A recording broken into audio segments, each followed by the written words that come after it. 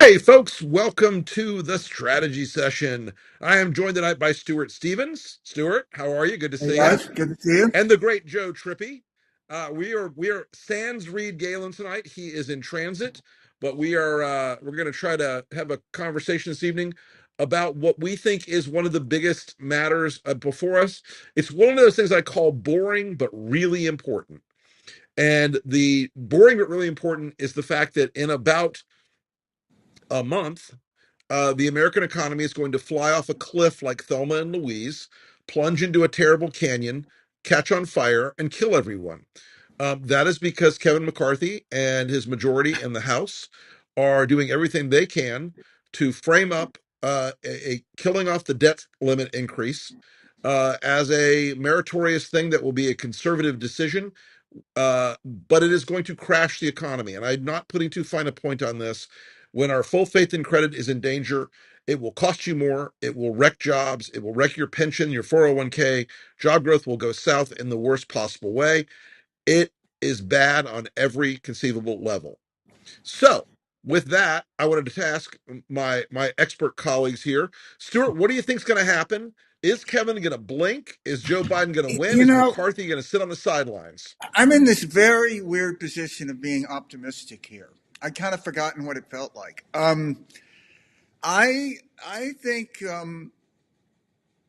I don't think that Republicans are going to take it over the cliff because every time they've done that, I would say we, because I was part of that. We Um, were. we all thought that it was going to work, and I mean, I'm going back to '96 in the Dole campaign. We thought it would be great. Um, And every time, um, you know, it was a disaster for us. Right. So I, I'd like to believe that there is a public sort of precondition to believe to blame Republicans more for this. Um, if I was advising the White House, God help us, I would tell them to hold firm on this. I think I'd call their bluff. Do you think that McConnell and Biden can come together on this? Because that's the only real way to do it, I think, is for McConnell to basically say to Kevin, screw yourself. We're not going to burn the economy down. I don't think. Look, I'm not the optimist that Stewart is on this one. Look, I It's a think if very this weird is, position to be in. yeah, Don't get me if this wrong. is, it's shocking actually. Anyway, if this is up to McCarthy and the MAGA heads, the MTG and the crazies that actually run the House, there's no freaking way this is going any other way than over the cliff. Why? Yep. Because they want the chaos. They want to Yep. destroy the economy. They want Right. to It's have this true. hanging around Biden. Yep. Whatever it is that happens, they'll go into it's all Biden's fault. They want this to happen. Therefore, and I don't think McConnell will have a whole lot to say about it because McCarthy he can't cave to the MTGs and MAGA because he loses his speakership, and God knows that's more important to him than the future of the country. We all know that. So if that's the case, I think the only real thing here is we get to the precipice, as we get to the edge of the cliff, are there 5 or 6, I guess, rhinos in the House that will flee the MAGA crazies and McCarthy So, and be yeah. traitors and join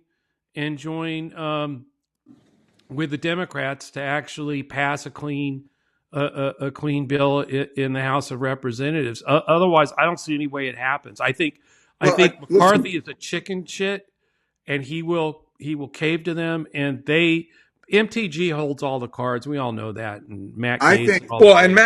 Matt Gates said to people that Kevin's concession to him was there would never be a clean debt ceiling vote. Well, I Yeah. wouldn't be the first person that lied to Matt Gaetz, but I think Well, there's to go to optimism in that. this question of the five, the question maybe the first male, but the question of the five. Um, I think they're going to look deep in their hearts and ask them, what are their poll numbers telling them?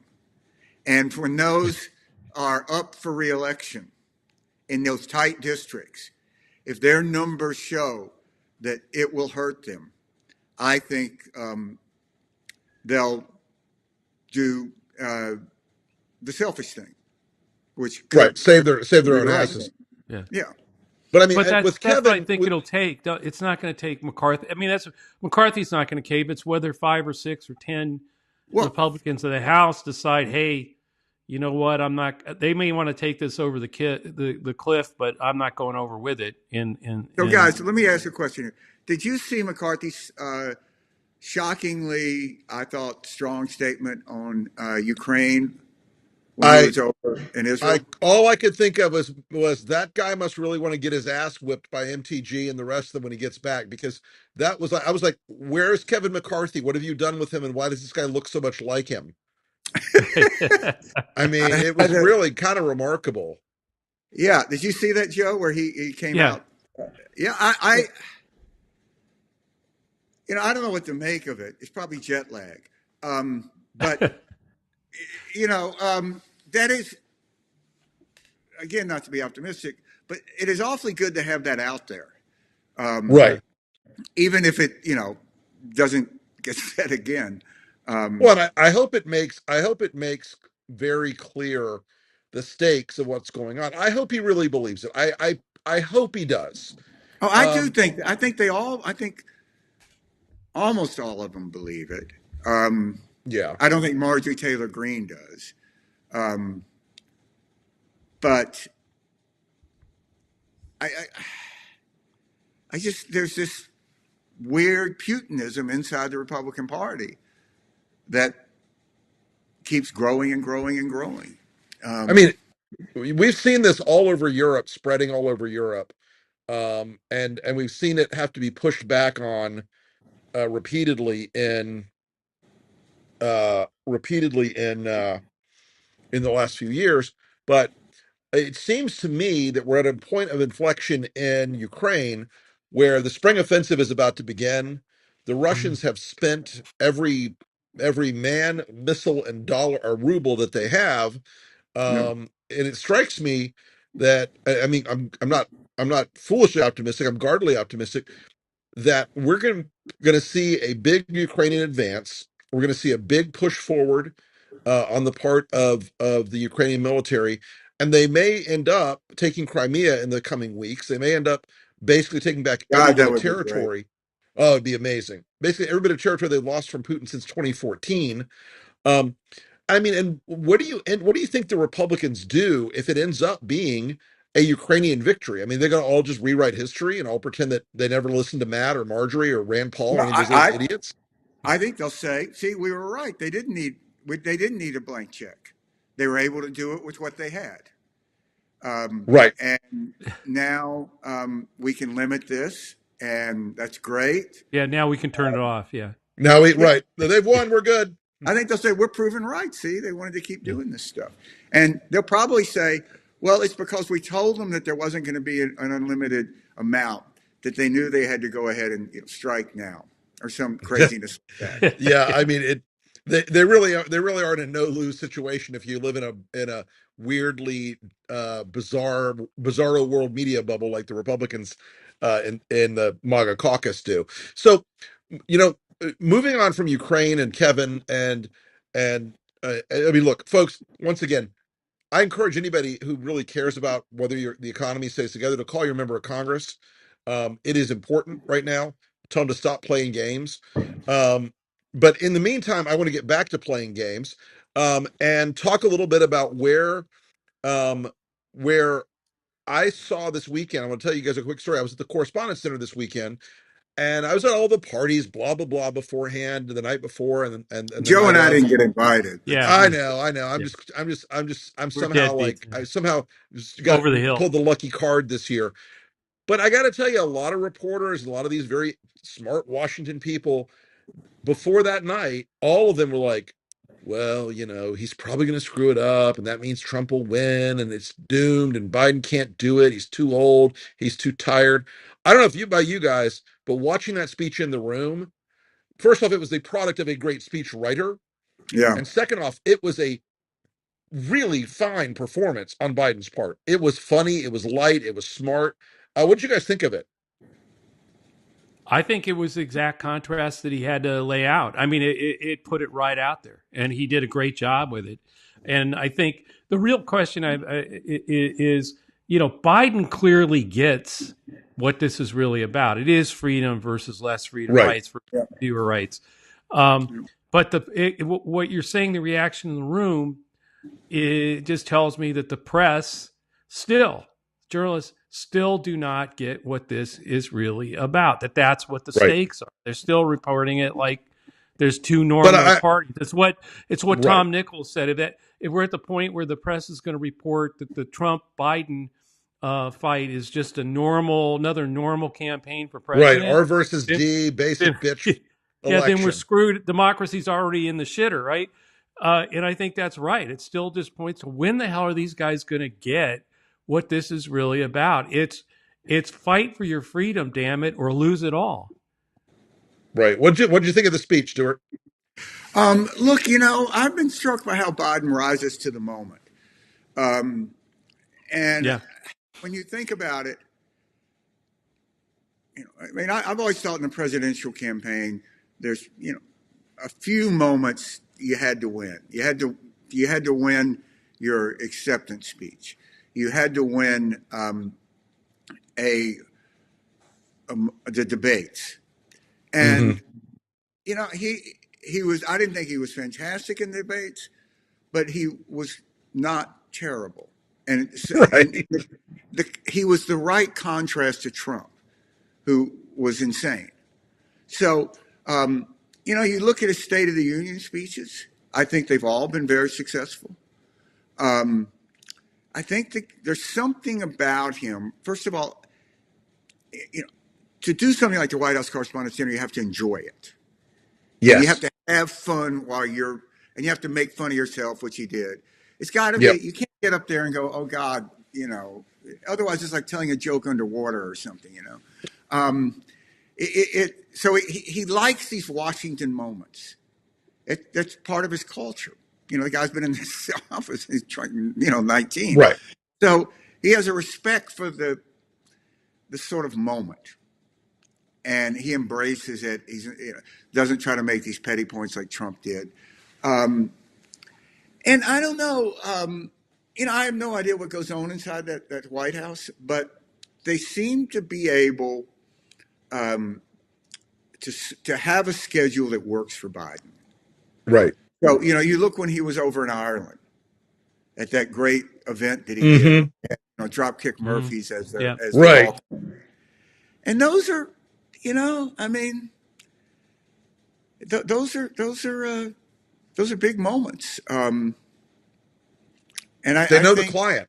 I mean, yeah, yeah, they're not. I've always looked at being a consultant kind of like being a coach. It's not about changing somebody. It's about finding out what they do well and making sure that what they don't do well doesn't get in the way enough that it stops them from doing what they do well. And take what they right. yeah. do well and try to help them do that better.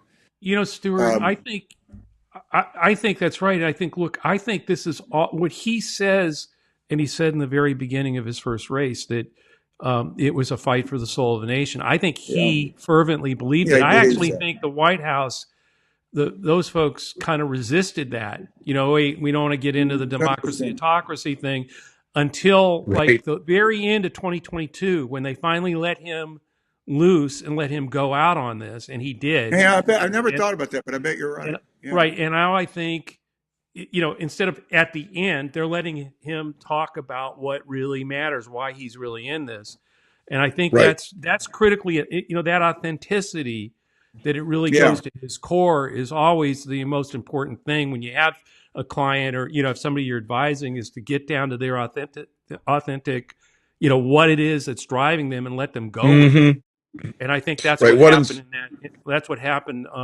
at that dinner. I really believe that, and So, hopefully Rick, they keep doing that. look, you know DeSantis better than any of us. If is there anything that DeSantis could believe in to do well like that? You know, Does other than cruelty, I don't think so. yeah, And I do think he is yeah, actually, and I say this advisedly because the DeSantis that we knew about when he was in Congress and that I knew a little bit, watching him right. and being around this whole process when he was in his first year and a half as governor, is a very different guy than today. And it seems to me, it strikes me that there's an element of his personality that's been activated by this sudden journey into the weird MAGA fever swamp, that he likes the nastiness of it. He likes the dickishness, the cruelty, the offensiveness of it, and he's enjoying it. And I think that is the one thing he cares about now is, am I owning the libs? Am I pissing off the media? Am I being the biggest douche in the room? Because in his mind, I think it started out as a strategic decision to be that way, but I think it's evolved into something that he actually enjoys now and likes doing, which I find disturbing as just a human. I find that disturbing. Yeah, and you know it's hard to sustain that. Um, there's no energy that comes from that. Visiting Kitty. You know, it you know if it's a movie and you have a character that's somebody you don't, it's mean at the beginning of that movie. Like, what is that character's journey if he's mean at the end of the film? It's just Right. kind of boring. He doesn't grow. He Right. doesn't change. Um, I don't. I don't know. No, I think He, that's Yeah. he there is seems to something shrink. there is something boring about the same shtick over and over again when there's no life in the Yeah, speeches. There's no rhetorical lift at all. He'll say the word freedom, but he says it in a kind of this weirdly negative way, yeah. and it's always the freedom from people that that told you to get a Mhm. vaccination, people that told you that you should read any book you want, people that told you you should marry anybody you want. It's just there's a weirdly negative, The and freedom to die. right, freedom to The die, freedom to this die alone. ugliness, That's the freedom. right. And it just I just and like I said, I Well, almost am sensing now, and maybe it's just desperation. Joe, you've been in campaigns where people started to feel the walls closing in. He's like he's getting always. nastier and sharper and snappier all the time. Yeah.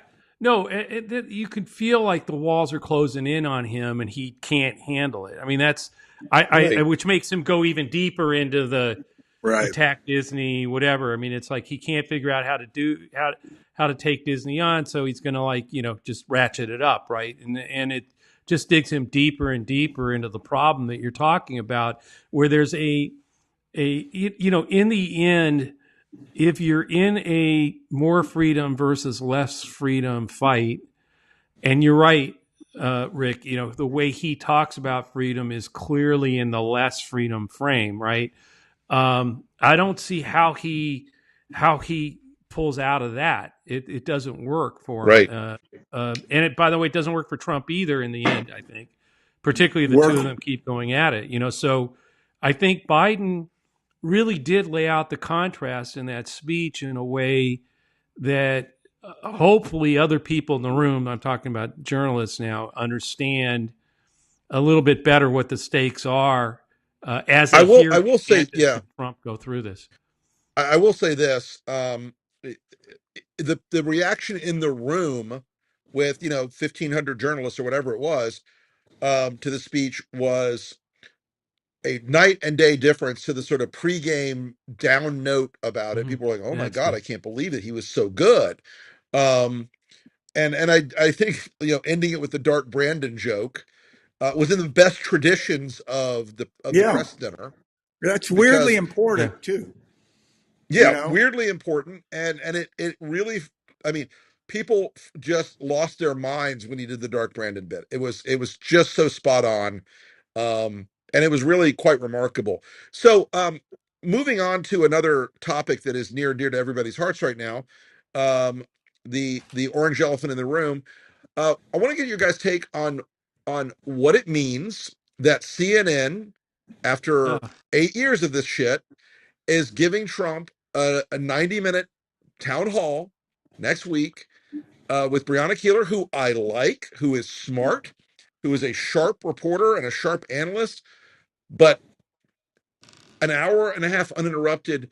What does this say about CNN, and what do you think it says about where Trump is? I want to, before I let you answer, guys, um, there's a story today that said something very chilling to me, and it said, for all of his rhetoric, this election season, Trump essentially has normal candidate relations with the media. So, anyways, Joe, why don't you lead off, and then Stu, let me get your well, views. that's the whole problem right there. It's like there's no such thing as normal. I mean, they're treating him like he's a normal candidate for Right, president, and that is just not what the hell's going on here. And right. so, yeah, no, it's like Brianna's great. I thought it was Caitlin Collins, but maybe I'm wrong. Who's going to I host think it? it's Brianna. But I could anyway, be wrong. whoever it is, it still is like, what the fuck? It makes, Right, I mean, other than, okay, we're going to continue our effort to get Trump voters to watch us, which is kind of the obvious reason to do it, in my view, given what Licht is trying to do there. Um, it doesn't make it is still the failure of the press to understand what the stakes in this election and what the threat and real danger in Trump and DeSantis and any of the MAGA candidates who could possibly emerge to defeat Trump, what their real intent is. It's just insane. right, right. Yeah, I Stuart? think there's been. I mean, I think it's really why we're here. It's why we founded Resolute Right. Square, because we've never been journalist haters. I mean, we all write, Oh, we all have friends that are journalists and everything. But I think you have to admit that journalism in America, or journalism just in our democracies now, Western democracies, the greatest good was objectivity. And that was a sacred sort of condition or value. So it's not prepared to deal with a Trump that is, or Trumpism, which has no relationship to the truth, which right, you can't point out any, you can't deconstruct a myth with facts. You can't, it just doesn't work.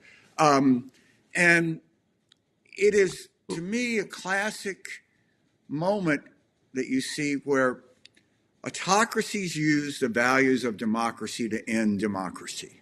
right, Right. And that, to me, is what's happening here. Well, That you have um,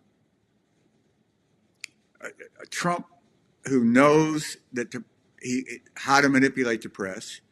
So what is the press going to do? We're not going to cover a guy who's a leading presidential candidate. right. What I mean, you see in those rooms, like, we're going to ask him questions. We're not endorsing him. And I mean, I can sort of, I can sort of argue this both ways. The problem is it just doesn't come to grips with the reality of what Trump is, Right. well, what Trumpism is. And, but they struggle with this.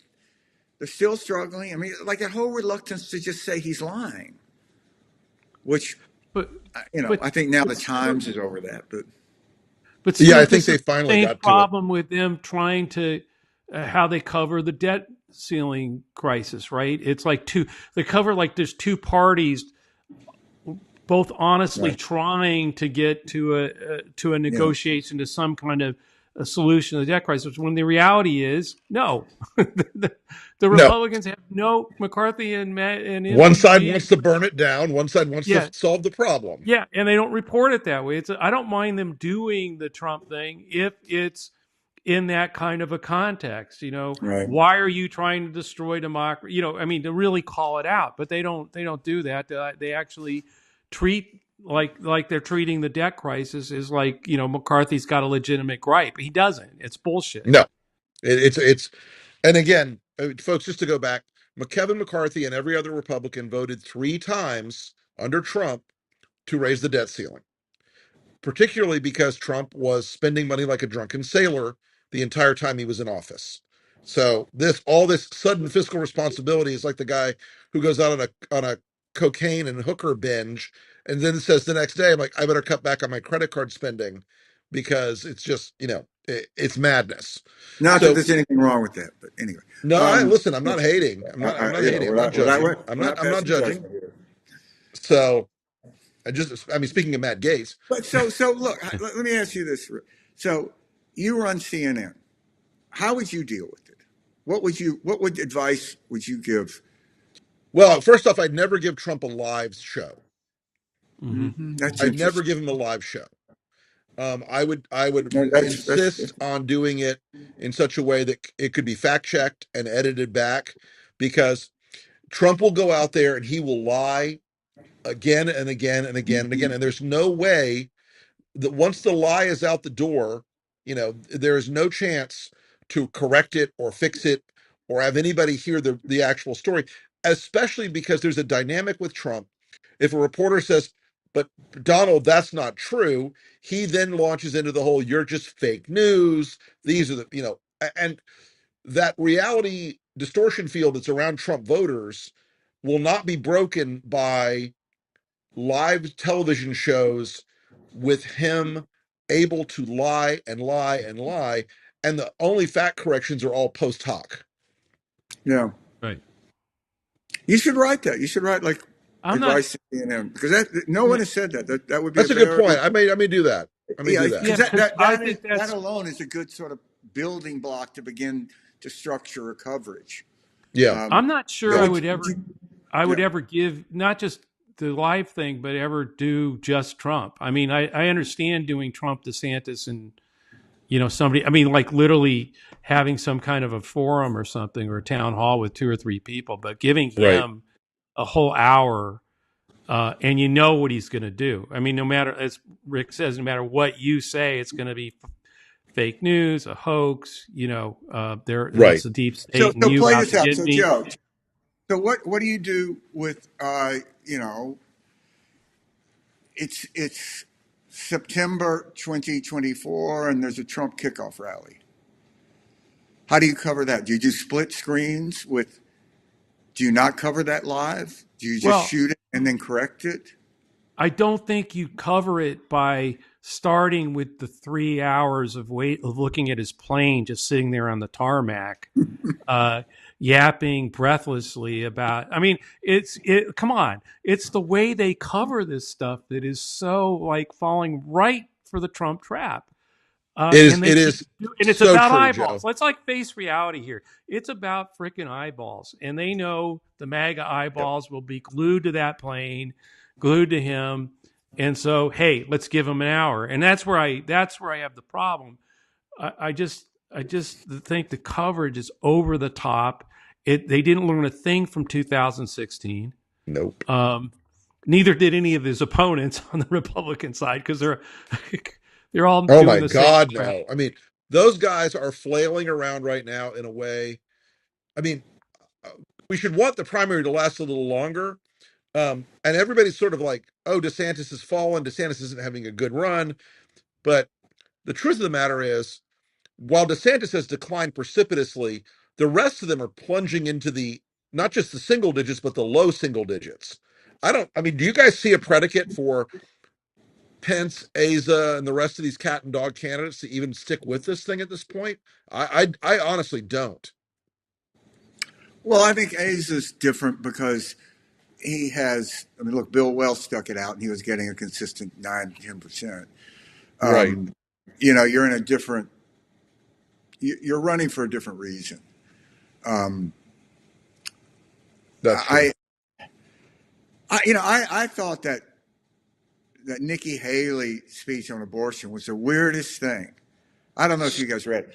I I literally was like did. reading it. I could not understand what she was trying to say.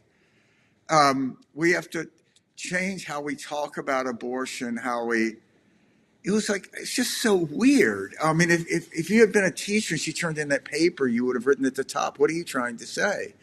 Um, It was so, I mean, it was like this sophist masterpiece of trying to yeah. break through to the media while not offending the pro-lifers, while not riling up Trump, while not giving DeSantis credit for crazy. I mean, it was I mean, it took a team of semioticians and writers in that room to piece that fucking thing together. It made no sense at all to me. So, I mean, I found it almost disturbingly bad. Well, folks, it is 7:30. And I just want to say thanks to everybody for tuning in tonight. It's been a sort of abbreviated show. We'll be back again with you next week for more festivities. And obviously the news cycle will continue to cause chaos. Appreciate everybody joining us tonight. You can subscribe for our newsletter at resolutesquare.com. You can tune in again as every week uh, for this show. You can listen to my podcast, The Enemies List, Joe's podcast, That Trippy Show. Stuart will have a podcast someday. Someday we'll lure him into having a podcast. I'm going to have them Um, on mine. That'll get and that'll get and them and out. you can check out some of the best writing right now in the pro-democracy space on resolutesquare.com. We've got folks who range from Victor Shi to Ruth Ben-Ghiat to all of us posting our modest little contributions.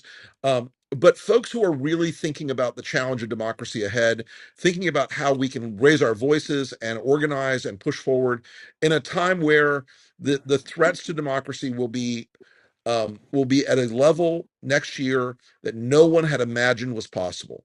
Yeah. And it's going to take all of us to pull together on this. And here at Resolute Square, we're very, very honored to have the support we've had and the viewers we've having as we go forward. And we look forward to talking to you guys again next week. Thanks so much. Have a great night. Thanks, guys. Thanks, guys.